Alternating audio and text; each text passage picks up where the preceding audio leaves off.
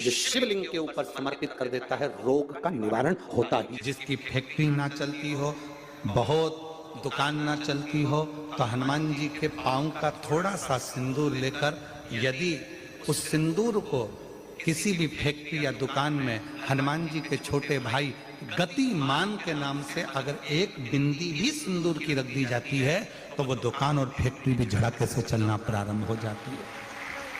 गतिमान हनुमान जी के छोटे भाई। और एक नाम आता है व्रतिमान।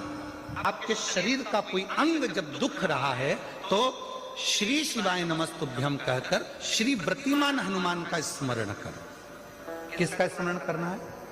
जम के बोलो, व्रतिमान हनुमान। व्रतिमान हनुमान का स्मरण करके कहीं पर भी बैठकर अपने पांव की छोटी वाली जो उंगली है उसको जम के दबाना और दबाने के बाद चल देना। जिस जगह पर भी दर्द हो रहा होगा मेरा बाबा आपको मंजिल तक पहुंचाएगा, दर्द होने नहीं देगा। कल नहीं करना, प्रैक्टिकल आज ही करना। एक हनुमान जी के छोटे भाई हैं मतिमान। जब व्यक्ति डिप्रेशन में जाता है, एकाग्र चित्त नहीं रह पाता है, पढ़ने बैठता है पर एकदम मन नहीं लग पाता है, तो मतिमान का स्मरण किया जाता है। हनुमान जी के तीसरे नंबर के भाई का मतिमान। और कहते हैं एक दुर्वा यदि मतिमान के नाम से शंकर भगवान की शिवलिंग पर चढ़ा दी जाए और उसी दुर्वा को वापिस लेकर आया जाए, अंधेरा होने से पहले, सूर्य अस्त होने के पहले, शाम के प्रदोष के पहले यदि उस दुर्वा को उस व्यक्ति को चबा चबा कर खिला दो तो डिप्रेस हो रहा है, डिप्रेशन में है, चिंता में है, टेंशन में है और उसका विवेक काम नहीं कर रहा, बुद्धि स्थिर नहीं हो पा रही है या पढ़ने में मन नहीं लग पा रहा है, तो उसको आप एक दुर्वा मतिमान हनुमान जी के तीसरे नंबर के भाई मतिमान के नाम से अगर खिला देते हैं तो उसकी बुद्धि केंद्रित होना प्रारंभ हो जाती है और वो डिप्रेस से हटना प्रारंभ हो जाता है, मन स्थिर होने लगता है। मतिमान जिसकी फैक्ट्री ना चलती हो,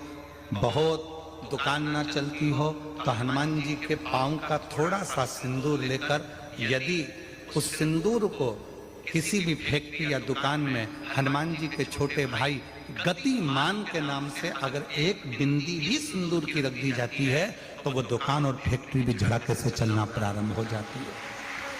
गतिमान हनुमान जी के छोटे भाई। जिस दिन दिल से हारो ना, थोड़ी तकलीफों में अगर घिर जाओ, तकलीफें आ जाएं, कष्ट आ जाए, तकलीफें जिस दिन तुम्हारे भीतर बहुत ज्यादा मात्रा में आ जाए, उस दिन 3 बेलपत्र, एक बेलपत्र में पीला चंदन, बीच वाली पत्ती।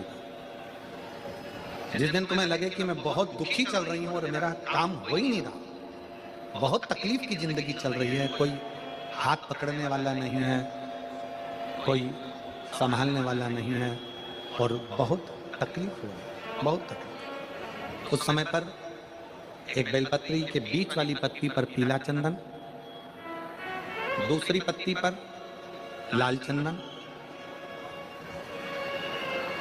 और तीसरी पत्ती पर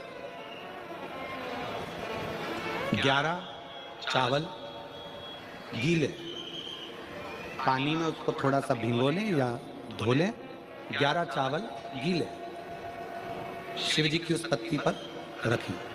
सबसे पहला पीला चंदन का बेलपत्र, दूसरे नंबर पर लाल चंदन का बेलपत्र, तीसरे नंबर पर जो 11 चावल आपने धोकर रखे हैं वो हाथ की हथेली में रखना है और हाथ की हथेली में रखकर अपनी कामना कर कर भगवान शंकर से विनय कर कर पंचाक्षर मंत्र नमः शिवाय या षडाक्षर मंत्र ओम नमः शिवाय या श्री शिवाय नमस्तुभ्यम बोलकर उस बेलपत्र पर सीधे हाथ में रखकर उल्टे हाथ का स्पर्श कर कर बाबा से अपने मन के भाव कहकर शंकर के शिवलिंग पर उसे समर्पित कर दीजिए।